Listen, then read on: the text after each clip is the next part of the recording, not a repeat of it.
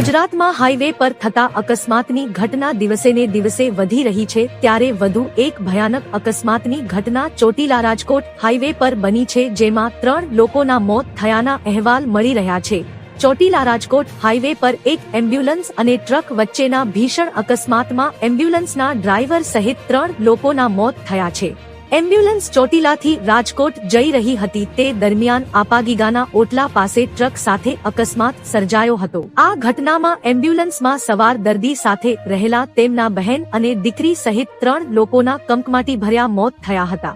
અકસ્માતના પગલે હાઈવે પર ટ્રાફિક જામના દ્રશ્યો સર્જાયા હતા। આ ઘટનાની પોલીસને જાણ થતાં જ પોલીસ ઘટના સ્થળે પહોંચીને આગળની કાર્યવાહી હાથ ધરી છે।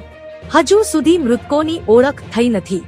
તો મિત્રો, હાલ માટે આટલું। મળીશું નવી અપડેટ સાથે જ। જો તમને અમારા વિડીયો પસંદ આવતા હોય તો વિડીયોને લાઈક કરી દેજો અને ભારત સમય ન્યૂઝ ચેનલને સબસ્ક્રાઇબ કરી બાજુમાં આવેલા બેલ આઇકોનને દબાવી દો, જેથી તમને આવા સમાચારની અપડેટ મળતી રહે।